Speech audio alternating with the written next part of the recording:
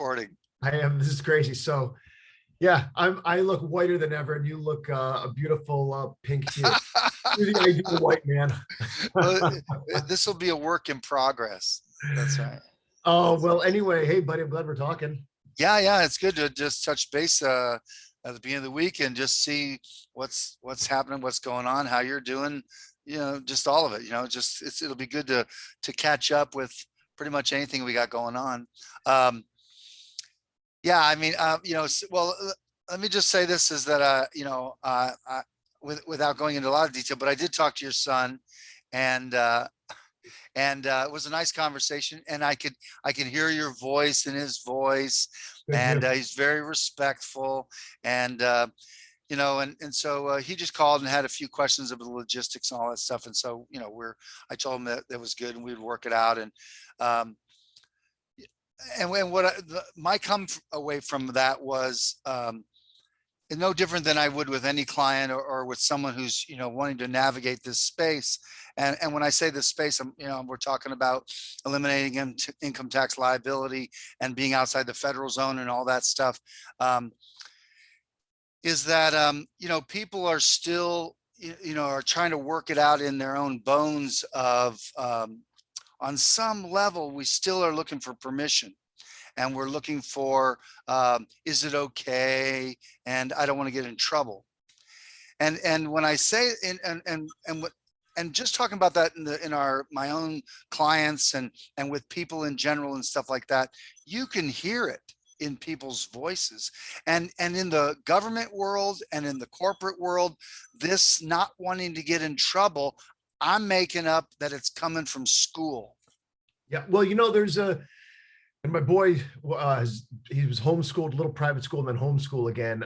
But and I know you're not speaking specifically about him in Right. general, but I know, I'm a client as well as a friend, and for a while you had to beat out of me like this sense of, who are you asking for permission for? What are you waiting for? And in fact, today I was thinking about, the concept of marriage, and it be it ought to be just between me and my wife, or me and my spouse, and my concept of God, and not the government getting involved. I mean, you wouldn't bring a government entity into your bed and like, okay, we're all gonna like touch each other now, and we're all gonna like, oh, well, the government's got to get involved too. It's got to get its 20% of getting off. It's like, no, no, no. It's foul. It's disgusting. They shouldn't be involved. And I was thinking about this It's just in not the it's concept. not exactly the menage a trois that we're like dreaming of. It's not what you're looking for. Well, and what's funny is It's bad. well, it's bad, yeah, but we're joking about it. But it's like, wait, slow down. We accept them into our lives for, oh, I can't cut hair unless I get a permit. I get permission so I can cut hair. And there's this example which is played out a bunch of times where these African women, like from Africa, have been braiding hair since they were babies, come to America, and they're told you're going to get fined $1,000 a day if you keep braiding hair. In other words, if you keep trying to make a living to provide for your daughter, which is the one case I'm thinking of in Tennessee, she was told, no, you're going to get fined $1,000 a day. Why? Or by whom? By big cosmetics Right. in the particular municipality. It's like, no, you've got to go to one of our schools and pay $4,000 over 3 years, or more than that, over 3 years, and Well, then you can braid. What? well, the thing about it is I was just talking to a client just earlier this morning, and is in Florida and doesn't want a license and all that stuff. And see the premise, and listen, when I'm talking to people about liberty and freedom, I'm always saying to them, it's more important that you understand concepts of liberty and freedom than that you know the statutes and codes that govern the government. Right. And so when I say that, the idea is that people don't realize that every single, without exception, every single encroachment of government, they're always asking you, they're inviting you to their pretended, like, we're going to make you safe. We want to take care of the public safe. We don't want anybody to die. And listen, under big pharma, under the existing situations here, people die all the time Right. at the hand of doctors, at the hand of big pharma, at the hand of government. The greatest murderer of people in the history of the planet is Government. government on their own people. Yep. And so the idea is strange that people will think that they got to figure out the legal crap and all that. And that's where you're empowering attorneys. Again, it's a place where we give away our power Yeah. instead of say like, well, no. Do I really have a right to the fruit of my labor, or have I moved from being the plantation owner, or how did I get on the plantation? How did I get into a place to where I'm giving my government permission? When was it that your grandparents or your grandparents fell asleep at the wheel and allowed the state to license everything that frickin' moves? Yeah. Where did that come? You know where that came from? Big frickin' government. Yeah. No, big freaking business. That's where it came from. Corporations. Because the truth of the matter is, corporations being a creation of the state, whether that's federal or state, they have an obligation to protect the people from their stupid corporations. Right. And then the ignorance of people who they think that capitalism is a bad thing, that's pure ignorance. What they mean is corporatism is a bad thing. And we see the results of that in every huge business conglomerate that's in bed with, the District of Columbia and all that crap. That's all what's playing out. Yeah. And so people are confused. And listen, it's just massive. But again, the simplicity of it is always going to come back is to understand who you are, and to understand that your connection to the divine, that the creator has given you unalienable rights. Do you even know what that is? Do you know what that means? To not know that is a breakdown. There's the problem is there's the breakdown is in my personal ignorance of not recognizing that I have an original relationship to the divine. Correct. And it cannot, and you don't get to have the government or somebody else jump in between. But isn't that where people get their power? Pharma tells you need them to stay alive. Government tells you need them to stay safe. Your priest tells you need him to be an intermediary between you and God, you and God. Oh, yeah. And it's somebody's always trying to get between you and the creator. That's true.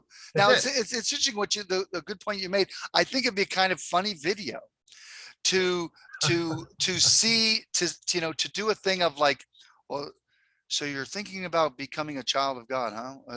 Well, we want to do the baptismal, and so we're going to need to get the permission of the government so that you can do your baptismal service. In order for the creator to have a relationship with you, we need to license your new birth.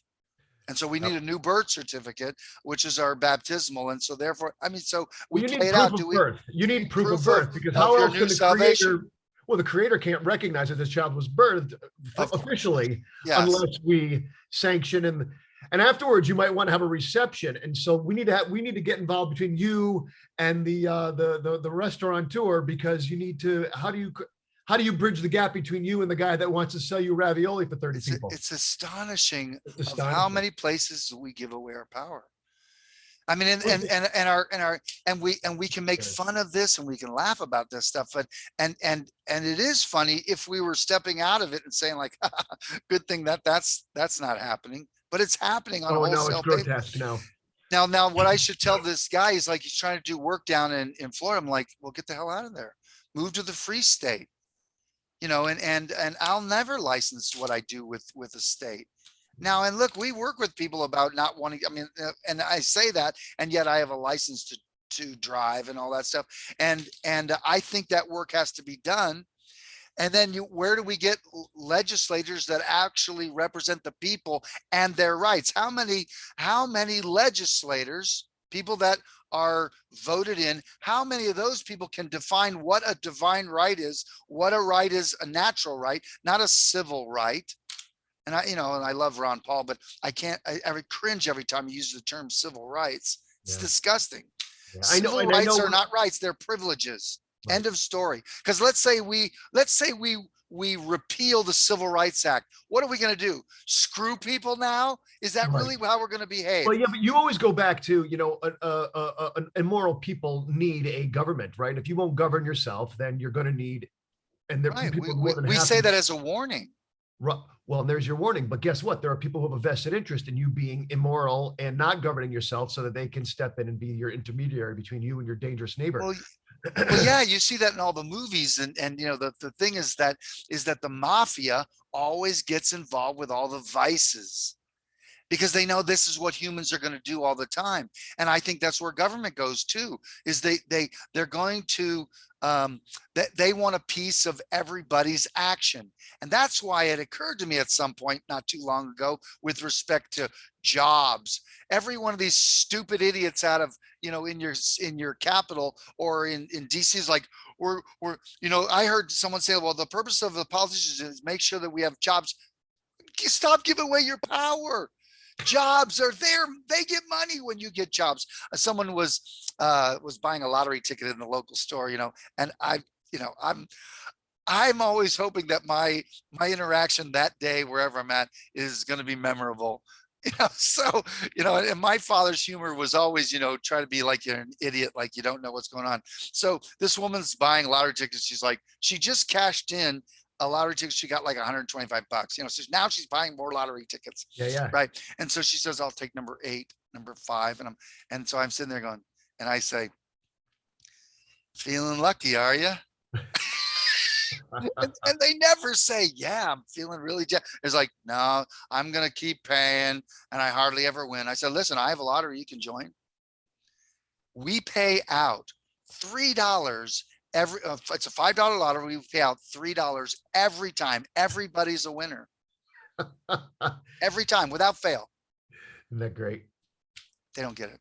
No, no, I'm sure they don't. They're not quick enough to get it.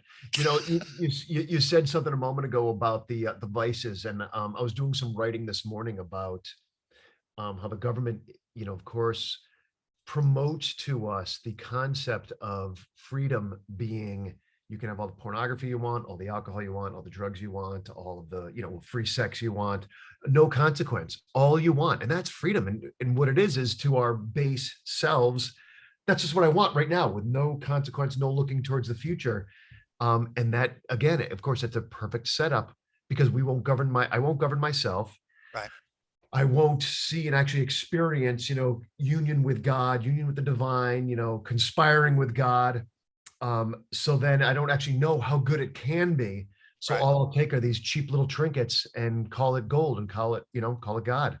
It's a good word. It's like it's interesting is like, when we're talking about, should prostitution be illegal? And it's like, you know, well, of course it should be legal. Now from a moral standpoint, if Right. you were asking me, should people be prostitutes? And I would say, well, no, I don't think that that's the healthiest relationship for sex. But when you're talking about the only thing that makes prostitution illegal is that they're charging money for sex. It's not like, Right. listen, you can have all the sex you want and the government doesn't give a crap about free sex. So it isn't the sex that they make it illegal. What they want illegal is that they want people to think that they're moral, because God forbid we license prostitution because we'll be profiting off of that kind of activity. We can't have that. Well, then the And so, cat's out of the bag at how immoral they are because we'll well, all go like, yeah, but you're making money on this thing. well, that's the same thing about people start talking about, well, we can't, there are people like Republicans or whatever that are talking about, well, we can't legalize cocaine. I'm like, of course we can. It's like, well, how there'll be people all over. It's like, that's not going to happen. I said, listen, if cocaine was legal today, would you do cocaine? I would. Would I do it? But here's the problem. If you legalize cocaine, there's going to be a lot of cocaine use. You know why? Because people are going to try it. Right. And then they're going to realize, like everything else in life, is like, well, there's a wild high, but do I want to exchange the wild high for being addicted to something that's going to kill me? Yeah. And so you're going to play that out like everybody does about everything until if you want to make sure a kid doesn't drink when he's 12, you give him an ounce of vodka and you let him drink it. It'll be the worst experience he ever had, and he will never drink alcohol because Right. you're not keeping him from it. So there was a time when I had the worst hangover in my life when I was young. I was drinking Jim Beam straight or whatever it was. And it was like, oh my God, I gave up hard liquor. In this, I never drank it already, but there was no taste in my mouth for it.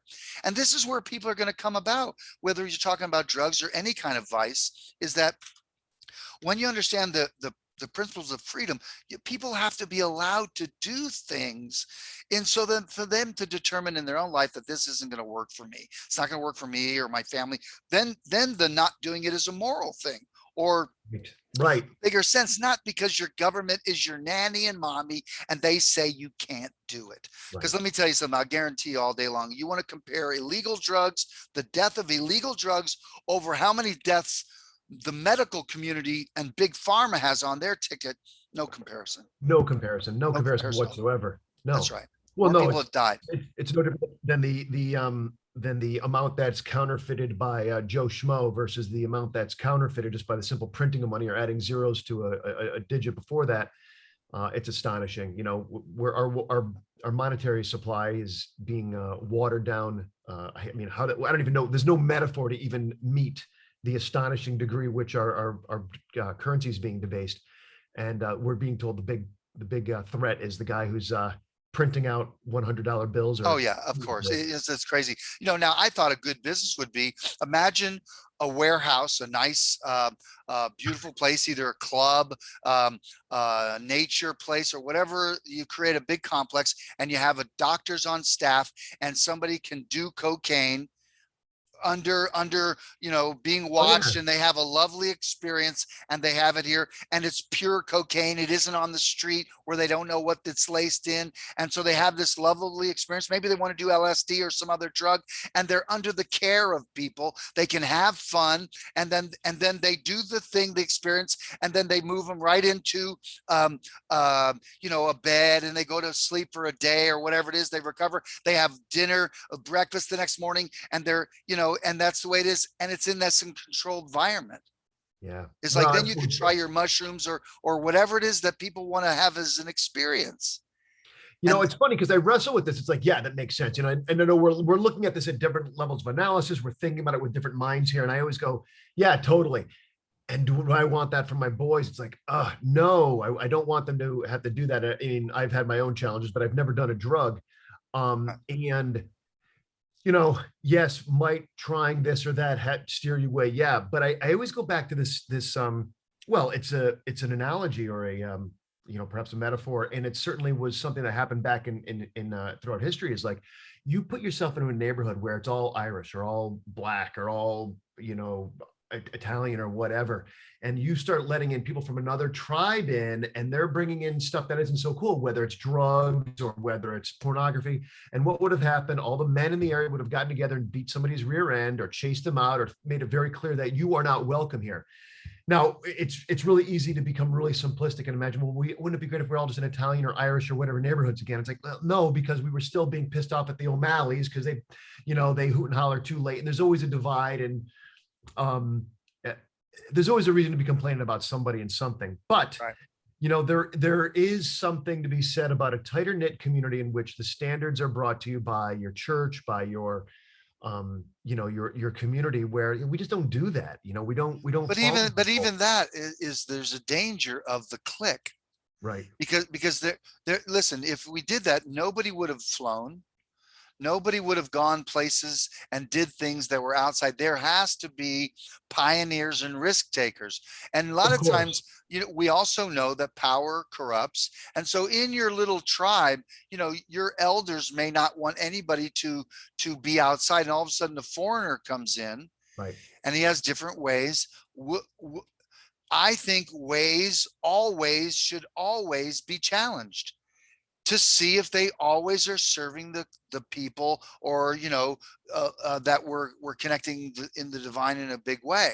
I mean, the tribe that's untested or untried is also can fall into the area of that. Well, this is scary, therefore we don't want to have it in. It's Right. different, Right. because maybe the creator says, well, we've had this long enough. I mean, because look, it happens. It's a human thing, because what was it in the desert? There were snakes that were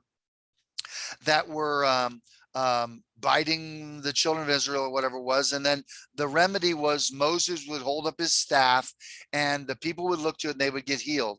This ended up becoming the caduceus, the serpents on the staff. And you think that staff, how long do you think the staff lasted to where they thought they were worshiping the staff? had it's a human thing. We had to break the staff because power corrupts, and they missed the mark. It's like, Yeah, I mean, like, we're going to make the so great. golden idol, and we have to break down gold. So now maybe gold is bad. And it's like, whatever it is it's like, this is the human condition. They want the icon instead of the original, the Well, that's ideal. right. We're going to go with the simulation over the reality. And to your point, when we talk about drugs or whatever the deal is that maybe if we are actually created to the or connect to the divine in all areas of our life, maybe that's the ultimate high that we're not comprehending or not getting. And maybe the idea of that we want to push beyond our limits is why we're looking for a drug. I want a new drug, one that doesn't make me, doesn't make me Doesn't make me sick. sick, doesn't make You know, me, yeah. I mean, that's because I believe that people are looking for the divine. And here's the other thing is, that, you hear people talk about, people think that, when you look at Christians or whatever, is the reason that we're in big trouble is Christians are impotent. They're not power packed people. They're, Impotent. yeah. And so the idea is that they're not operating the power of God. So consequently, they're looking for something.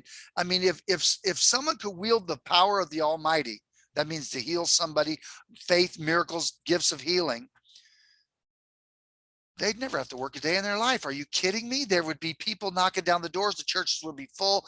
The culture would be changed because they're setting a standard of what's best. If Christians, and I'm a Christian, so, I'm favoring that. Yeah, But yeah. if those that are connected to the divine don't do sex better than the rest of the world, then we're missing something. Because if the creator came up with it, don't you think he knows the best way to do sex? Well, and there's a point there to be made. At least it's, we have this conception of, oh, there's three people involved, or there's this, or there's that. And it's like, well, those of us who have enjoyed a consensual sexual relationship with another person know that there is no physical experience better than being spiritually connected to another human being and enjoying that relationship in that Oh time. yeah. And it's the wildest time is its own thing, but there's nothing Well, better than it's a zenith. It's it's like it's like something else. taking intimacy to the next level, to where you're Right. feeling that out of control. And the beauty of that is that out of control is with the person that you trust the most, that you want to be completely vulnerable with. Right. I mean, that's some of that feeling which is why people seek after that, that drug, or euphoria or orgasmic kind of a mindset. And I think it is available, and naturally, and things like that. And I also believe that there are herbs that God has placed and created that are designed to be enjoyed in some capacity. And again, Scripture is very clear about being sober in everything, not just like, oh, be sober is just about alcohol. You could Right. be drunk with your job. You could be drunk with power. In the same way, you could be addicted to things that are not drug, alcohol, sex, and stuff like Well, it that. could You be could be, shopping, could be anger, could be, sarcasm, all yeah, sorts of ways in which you're just blinded and you actually can't see. right. What am I trying to say? You're drunk. You're drunk on one emotion or another. No doubt. Correct. And so the idea of, when we talk about being sober, we're talking about being of a sound mind. Right. Well, you were making the point about, and I don't know if this is where you come from there, but there are some people who talk about, well, yeah, you could do peyote or mushrooms or whatever to have that experience. And I'm not against that. And I've thought, geez, I've made it almost 50 years without having done it. Do I really want to? But the bigger thing I always think about is, I'm a big Emerson fan, and Emerson has a great one-liner where he talks about beware of mechanical means of enlightenment. Mm. And I always think about that. It's like, yeah, so I get high and I can feel it and I'm touching the face of God and it's just, but then I'm going to come back down again. And if I can't port whatever that insight is over, then all it was, well, it's a masturbation. It went Well, it nowhere. is a masturbate, feels good, but produces nothing, Right. but I'm of the opinion that I love the idea of, like, the lucid dreaming. And the value of lucid dreaming, meaning that when you're dreaming, you're dreaming, right? And I think the value of that is that if you can, in your dream, do the impossible, it's like your imagination of doing the impossible, and that the purpose of that isn't the dream. The purpose of that is in your waking moment, that you remember that you are connected to the possible. You're that with all things with God, all things are possible. That would be the purpose of that lucid dream, of saying, wow, I don't have to be afraid. I don't, I don't have to fear for my life. I can actually have that blessing and benefit, because we have dreams, and we see in the Bible, um, one of those things about the interpretation of the dream, and that the true man of God, the kings didn't trust that somebody would just make up, let me tell you my dream and you can just make up an interpretation, and like the king was going to buy that. He didn't do that. He was a smart guy. He said to the person, tell me the dream and the interpretation. Oh, I don't remember that. Yeah, that's what Joseph. I mean, he had the dream and the interpretation. Oh, no. But Okay. and so the Pharaoh wasn't going with, like anybody that wants to come along, give me the interpretation of the dream. So Joseph told him the dream and what it meant. That's how he knocked it out of the park. Well, and if I recall correctly, it was about sheaves of wheat and 7 years of feast and Yeah, 7 years feast and of famine. famine. Yeah. Well, exactly. And he was like, and then there's wisdom in that. So the creator obviously has made dreaming something where we are pondering things, and but again, anybody can tell you what some interpretation is and be completely out to lunch. I've got this, like, this part of me that wants to go to this notion of programming and how we're programmed constantly. And what this getting quiet and listening to ourselves and visioning or dreaming or connecting to God and hearing, true information, being guided by that. I'd love to maybe park that for maybe another time, just because I'm going to go Yeah. down a whole rabbit hole with it. But I want to circle back to a couple of things that we were talking about from the beginning, which was, what's that? You use that phrase, circle Oh, back. I know you're not allowed to do that. What is that? That Well, woman ruined it. Did you say Jackie, circle? Did you say? I don't know circle who it back. was. Did you say circle back before she was on this? Did you use that for a long time? Oh, I would have used it. Yeah, no, but you know what? Now it's burned into our brains and everything else. Have you ever seen somebody drew Sorry. somebody took a picture of Peppermint Patty kind of making a face like this, Charles Schultz, That's right. and her, and it's like, once you see that they look the same, it's like you can never unsee that. So now you're like, oh no. Oh, I know. It's just funny. So anyway, all right, going back, I hijacked your point. No, you were talking about, you were talking about a meditation, or about that. No, I wanted to go back to something we were saying really in the beginning of our conversation, which was about not needing permission. And we live as if we need permission to get married, as if we need permission to, I'm gonna go get a job. I want to go start cutting hair. I want to, well, before I put a shingle out, I'd better blah, blah, blah. It's like, we have this mindset, and, some of this is like, well, we don't want to have just be complaining, or guys just pointing to, the problem all the time. But in some ways you got to lay out the problem, and we're going to, articulate some of what we think might be some solutions. But Right. first and foremost, man, if we are just such in the habit, if one, we don't recognize our natural rights, right, as individuals in the world, and then two, we're just afraid to assert them, man, oh man, there's nothing but permission that we can seek. I mean, there's no my dream, because there's not much space for my dream. I'm still waiting to get permission from the government to dream, or to believe, or to go out and do anything. So I think if we don't start there in the conversation of breaking people free, I think of the Harriet Tubman sort of a, how many more I think it was like 79 people she said she brought from the South, and she would have brought a lot more, but people didn't even know they were slaves. See, no, I think Frederick Douglass had that same idea, is that, and the people who didn't know they were slaves, you see, the idea of slavery was, when you capture someone against their will, they'll never forget that they're incarcerated and they're slave.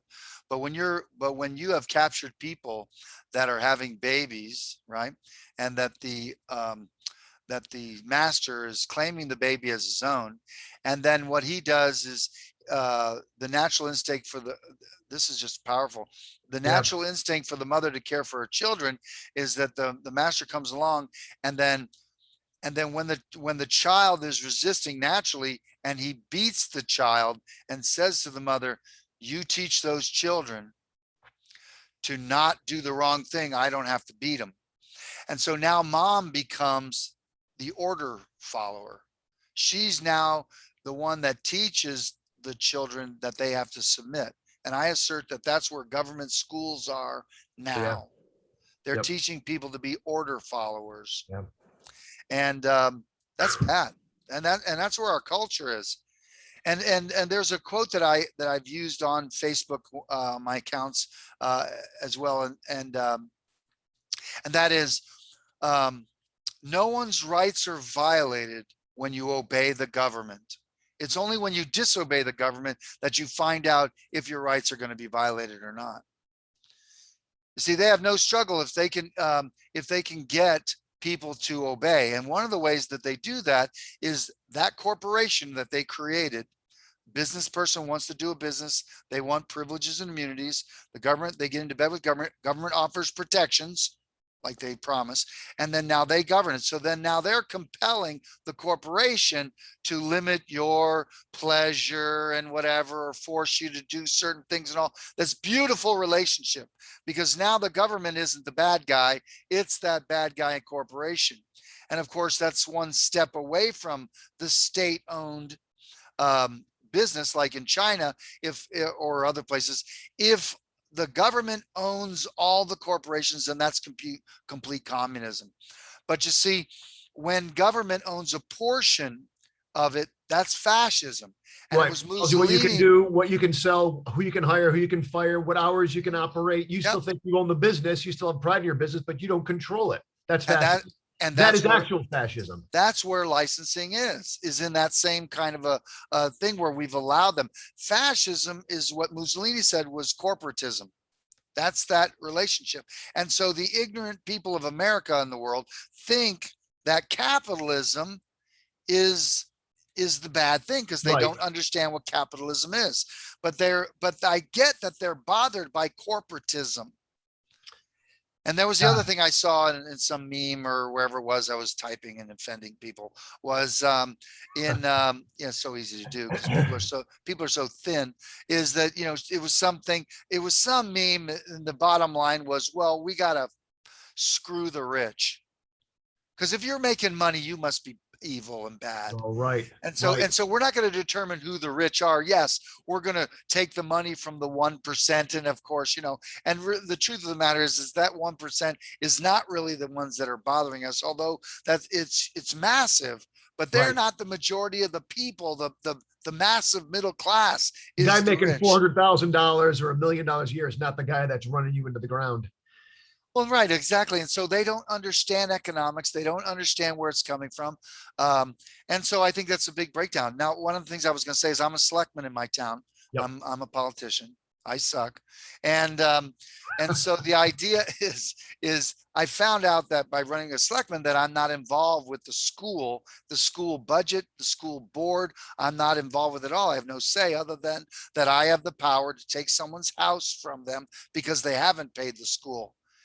And the breakdown of that is that what I want to change in that is I want the school budget committee and the school board, I Right. want them to see and look at the people that are being thrown out of the house on behalf of the little children Right. that's suffering. Right. Where grandma, we don't care about grandma, because here's, just like the communists, screw grandma, we're going to throw her under the bus. We're going to elevate the children. We're doing it for the children. In every communist country ever has always gone after the children, and the children have thrown their parents under the bus, and they've murdered these families Right. without exception. Right. And in America, we're a communist country too. Anybody who thinks we're the land of the free, home of the brave is an idiot. Well, no, they're blind. I always say you wrap it in red, white, and blue, and everybody's just dazzled and confused, and we can bomb anybody around the world and call it freedom. I know. Oh, I use the word idiot lovingly. Anyway, but the idea is that the bottom line is they've been programmed and propagandized, and they think that we're land of the free, home of the brave, and they don't know. They don't know the standards of liberty and freedom. And so when I say that, it's like we are practicing communism all wrapped up in the American flag. Well, and all 10 planks of the Communist Manifesto are either partially or fully in place. And we're like, well, yeah, but it's coming. And this is one of the things that I love Ron Paul, and I know you don't like the one phrase about civil rights, but Right. He's great, right? But I think about Ron Paul for years, and many others saying for years, it's going to get us. Inflation's going to catch up, and this is going to. And we keep hearing this thing like, oh, eventually, and we're heading towards communism. And what people don't see is the pain that we're suffering right now, that someone says, you must wear a mask, you must reduce your oxygen intake. And anybody doesn't go, F you, and just laugh and continue Right. their business. That proves how gone and how confused we That's are. absolutely right. And in what an abusive relationship we're in, that we don't immediately go, yeah, no, thank you, I'm not participating. But what people know is that if you don't do this thing, let me circle back and tie it into what you just said about Hill, about about your town, right? Right. Is the school is going to take the money, not directly, and us benevolent, us, your great benefactors to your children. We're also going to find the New Hampshire troopers to point a gun at you so that you give us money so Johnny can have the latest version of the computer. We're not going to do that. We're going to do it through the town, so it's obfuscated, it's confused, Right. it's more official seeming, and that's how everything is done. Well, the same thing with this scamdemic, of course, is, well, you've got to make sure if anybody comes in your store, they've got to wear a mask. Well, wait, hold on. And as we know, these mandates are not legal anything. And if they were, it still doesn't make a difference. I know you and I, since the beginning, weren't doing Right. this game, but then what you've got is business owners who are afraid, being scared through the federal, through the state, through the municipality, Afraid of losing their license. afraid of Afraid to losing be. their permission slip to go ahead and make their money. And you can understand some of it, because just because you and I have cared about individual freedom or freedom for other people for decades, this is where your attention or my attention has been for a long time. It isn't the case for most people. They've been selling Italian food or just trying to But make. see, another thing is that in that line is that, so someone would say to me, well, if you had a restaurant, what would you do? And I'd say, I'd close my doors immediately. Yeah. Or I keep them would, open and, no, I would no, I'd close my doors immediately and I would not be open to the public. oh, And you, then well, I yeah, would be completely a private business and has none of their business or concern. yeah. I would open up my own private club. Everybody would sign a hold harmless agreement, and it's really risky. I may have filthy dishes in the back, and you may eat on, it just may be grimy and all that stuff. And if I don't deliver the goods like people expect, then they may not come back. Well, But it's the old bottom school. line It's is, assumption of risk, and that's the way we've always lived. It's assumption of risk. You come into my building, there's an assumption of risk when you walk across the parking lot. There's an that's right. assumption of risk that somebody might when you walk through. I'm not responsible for you. You're taking on the risk of being in the world, and happen to be part of the world is this store right here. But now you need to be so explicit, Right. that because people are, well, you said we're products of our government schools that just have us every 43 minutes getting up and moving every 43 minutes. Oh, time to move up, cover your face, don't breathe. Okay, yes, sir. Go here, take a test over nonsense. Don't learn about yourself. Don't learn about how to balance a checkbook. Don't learn how to run a business. Don't learn about what actual health is. Just do these things and march. Well, right. That it's like there's that. And I was thinking, and this is what I want to do as selectman, and I want to engage with the school. I want to talk with the principal and say, where before the kids come out of high school, do they learn anything about nutrition? Do the kids learn anything about securing liberty and freedom? Do the kids know anything about how to be on a jury? Do they know anything about how to govern on a jury, what they're looking for? Do they have any history of that? Do they understand communism and the evils of it? Do they understand anything that that power corrupts, and that absolute power corrupts absolutely? So are they being warned about the ills of the world? No, they're not. Well, no. And there was a on Altcoin Daily, which is a cryptocurrency channel. There was a guy, they were doing an interview with a guy named Raul. I don't remember, his name was Paul Raul or whatever, but he's a bigwig in the crypto space. And he was making a great point. He's like, how come in school, in high school, not even in college, but in high school, how come they're not teaching children how to take their assets and make them make their money? That to learn proper way to invest. How come that isn't a staple so they don't have to be working a job? I'm always telling my clients, quit your job. Do not work for anybody. Do your own work, your own business. Yep. You will control your time and you'll determine yourself how much you're going to get paid. You're not going to be asking somebody, can I have a 5 cent an hour raise? Really? Yeah. I'm available at this rate. Or do you want to make a deal? Listen, I want to underscore what you just said, because what you a moment ago about the oh crap, what did you just say a second ago about economics and about investing in your well, I was thinking about critical race theory in schools, and it's like, okay, here it is once again. How do they take, you're not teaching them about Bitcoin, about balancing a checkbook, about natural rights. You're not doing that. And so that it's like, oh, well, what's the sin of critical race theory? Well, we understand how poisonous and toxic that is. But when you're not teaching this and then you're teaching this, it's like you're twice removed. Now your kids have got to wade through this, and then they might not even be exposed to natural rights, but they just know, like, I know I'm not a racist, but I'm white, and therefore I don't. But you know damn well in school they're teaching them or fantasizing like as if the man is polluting, but man is not affecting the planet's climate. It is not happening. How do I know that? Christopher, Listen, I'm well, saying wait, I that, want to tell you this, but I yeah, want to know yeah. how manic this is. I got an email today. You know how you get like somebody has like at the end of all their emails where it says something like, please excuse any errors. I was typing this on my hand phone, or, please conserve paper. Consider not printing this. Like something that there was a little one line or whatever. Right.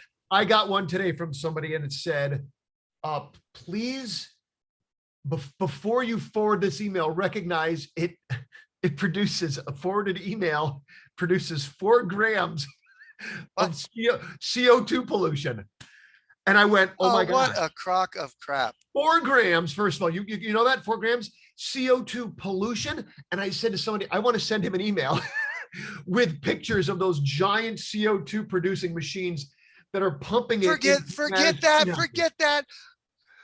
The big freaking volcano that's boom, and it's going to be winter in the summer because the earth is deciding it wants to have a big freaking volcano. It was your email, and your car did that. Oh my God. I mean, how massive like if the earth is going to have a volcano, I promise you the amount of ash in the atmosphere that's coming from Mama Earth is going to change whether the next summer or is going to be cooler all day long.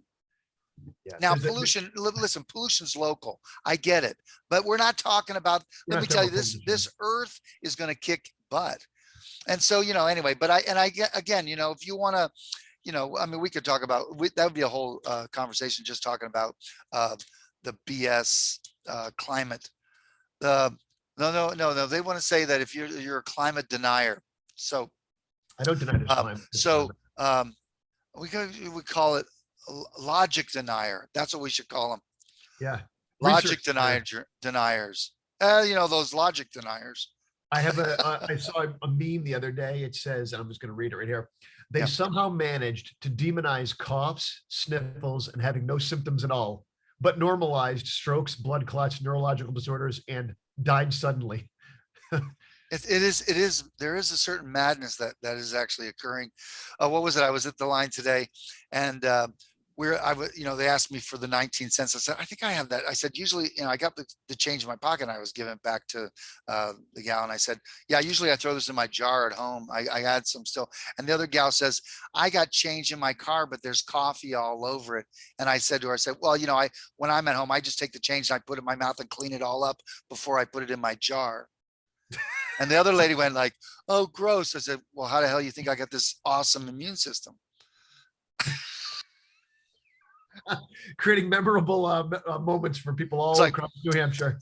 They must have had coffee in their ashtray in their car. It's like crazy.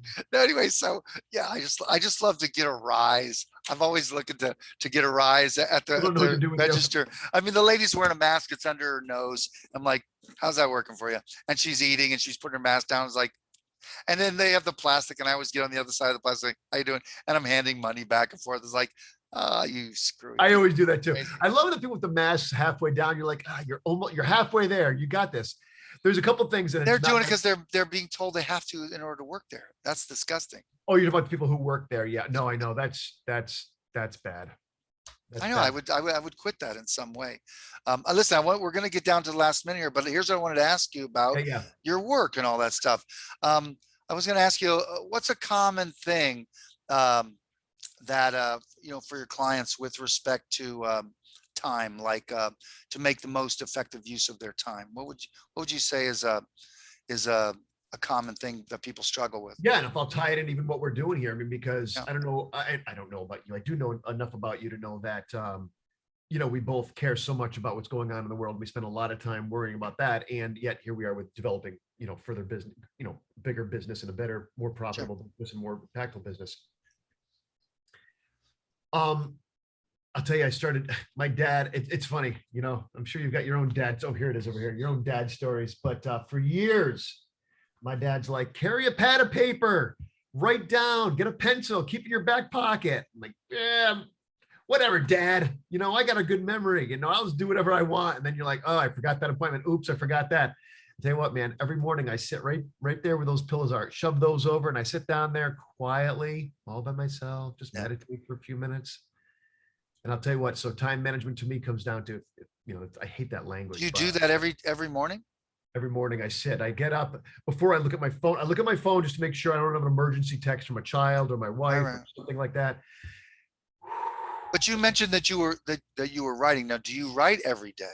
Well, yeah. So I'll give you the quick lowdown, and writing happens to be for me, but it might not be for other people. But yeah, I mean, the quick and skinny is, for anybody who cares about their individual liberty. I mean, this is all I write about, and all I think about is personal freedom. I help people live the best version of their lives. Why? Because, but also because we're not going to have a better world unless I get better, unless you get better. So yeah, I sit back there, I look at my phone just to make sure nobody's dead, put my phone aside because I don't want to watch one video where I hear how shitty the world, like I need to get myself aligned first. Right. I sit back there, I connect, I think about my day, just let things come and go, no big agenda. I try to zone out. And then I have this pad of paper here and I write down ideas of things I got to think about. Oh, I need to call Christopher. That's right. I put that down there. And then I organize what I need to do when, and you go and execute. And I tell you what, man, that's been the best thing for me is consciously designing my day.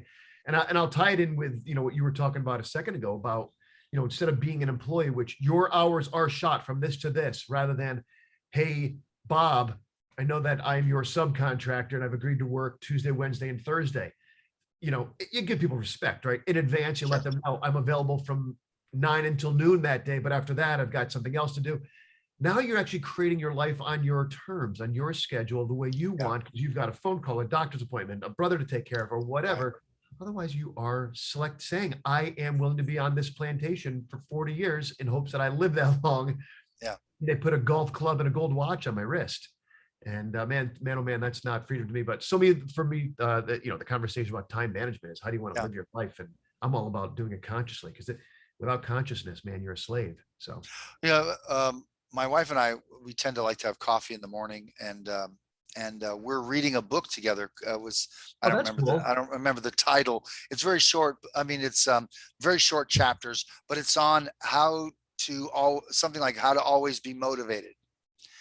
And so, I'll read and it's like 2-3 pages, maybe 4 pages.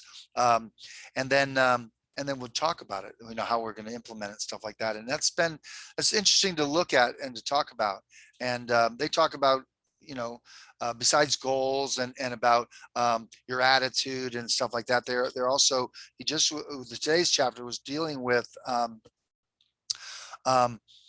not allowing other people to set your life, to make demands on you and to set, what you have to do. Yeah. And that you're deliberate about your time and all that, like people that would interrupt your time or that have quick access. And let me tell you something, in the days when they first, and I'd be interesting to read the history when the telephone made it into the house. And some of the old timers, the old timers were bothered. They said, our household was quiet, and if somebody would have to actually come to your house and knock on your door, and you wouldn't just let them in, they would address or whatever the need is, you wouldn't automatically let them in. He said, but the moment this phone came in, it would ring and can interrupt. No matter what you were doing, they had immediate access into the inner sanctums of your family and life, and that was a game changer. Now imagine that is on your hip. Wow. Yeah. It's funny, man. And I'll tell you, so this list, and I'm just going to look at mine for a minute here, is, I scheduled things out. You can hear my voice is a little messed up here. So I slept in a little bit, and I didn't start my actual schedule until 10:30 this morning, but I have it booked up from 10:30 to 10:45, 10:45 to 11, 11 to 12:30. And then I got set up for you and I to talk at 1. Right. I've got a 2 o'clock, and then, my day opens up again in about 3 hours. But opens up means I've got, I've got a list of things. More things to do. Yeah, and that's like, I decided not to structure those, but I've got to do a visualization. I've got to do a physical, I'm stretching. I've got to organize paperwork. I've got to shovel for a few different people, but that's me. I'm booked up until like 4 o'clock because I said it. And then it's, how do you actually show up and do those things? Because it says 4 o'clock, do this. So do it.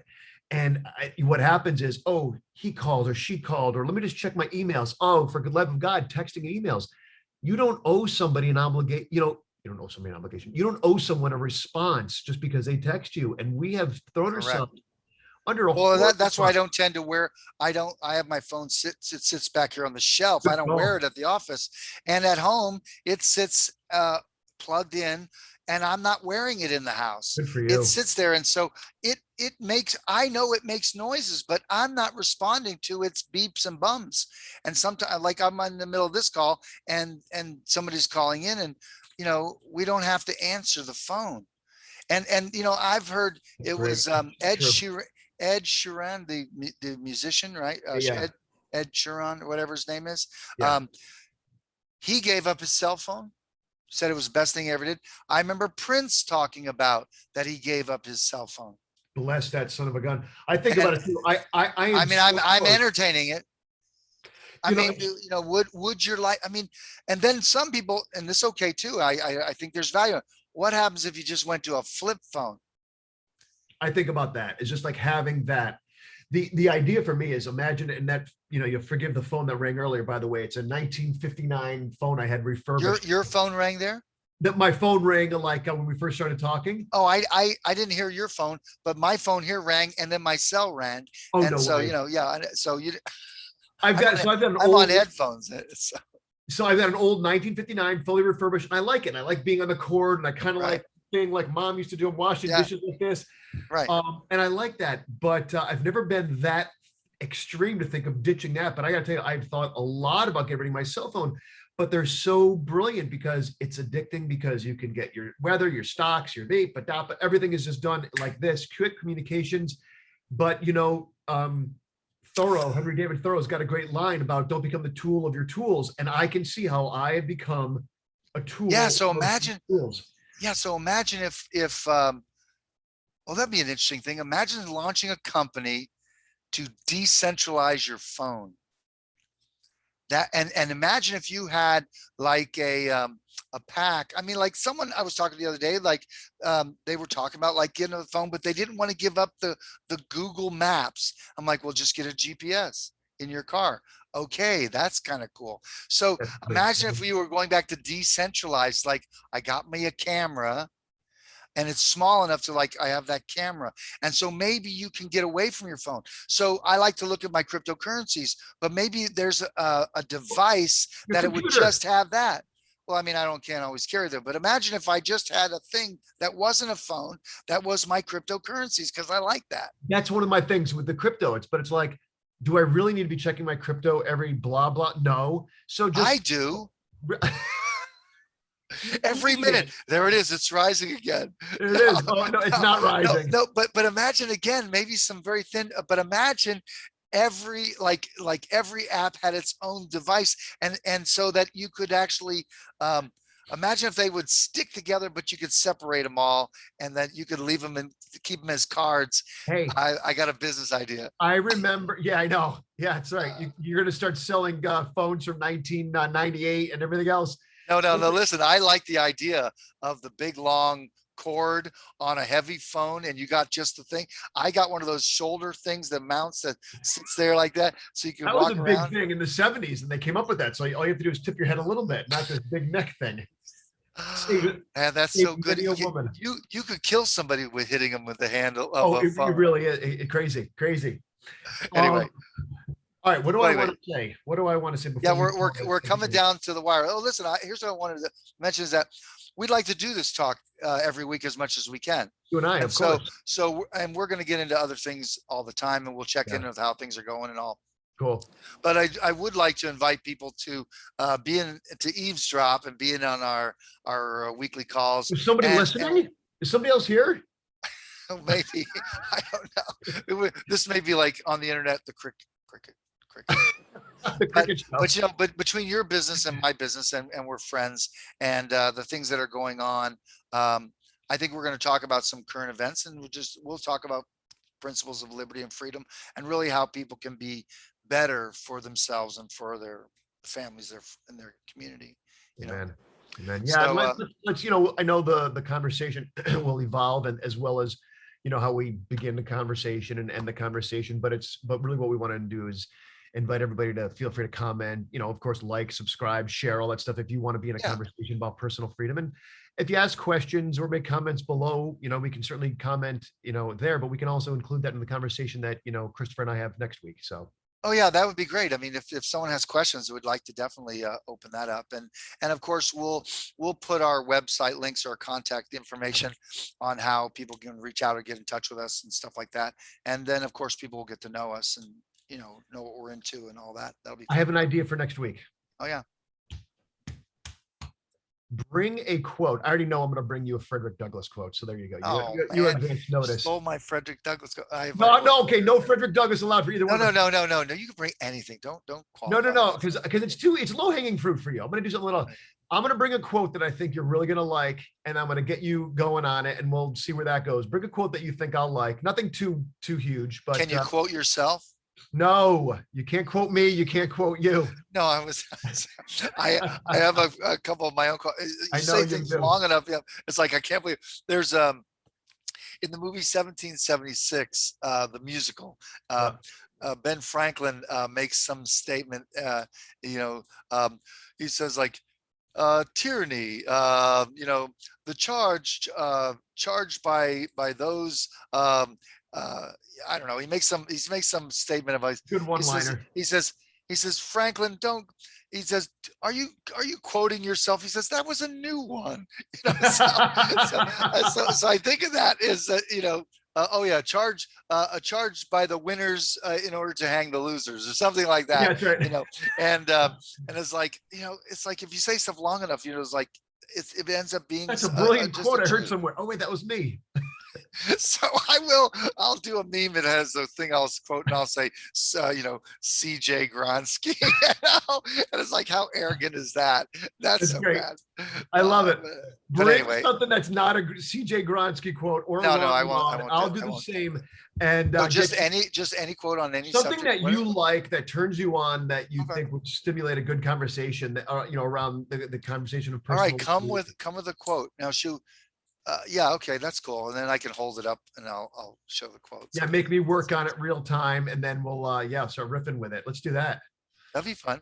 Hey, listen, it was good hooking up with you. It's always good hooking up with you. The only thing that's missing is we're not drinking coffees or beers or whatever the deal is. No, I'm a lightweight. I don't drink coffee. I don't drink alcohol. I'm man, you must get awful thirsty.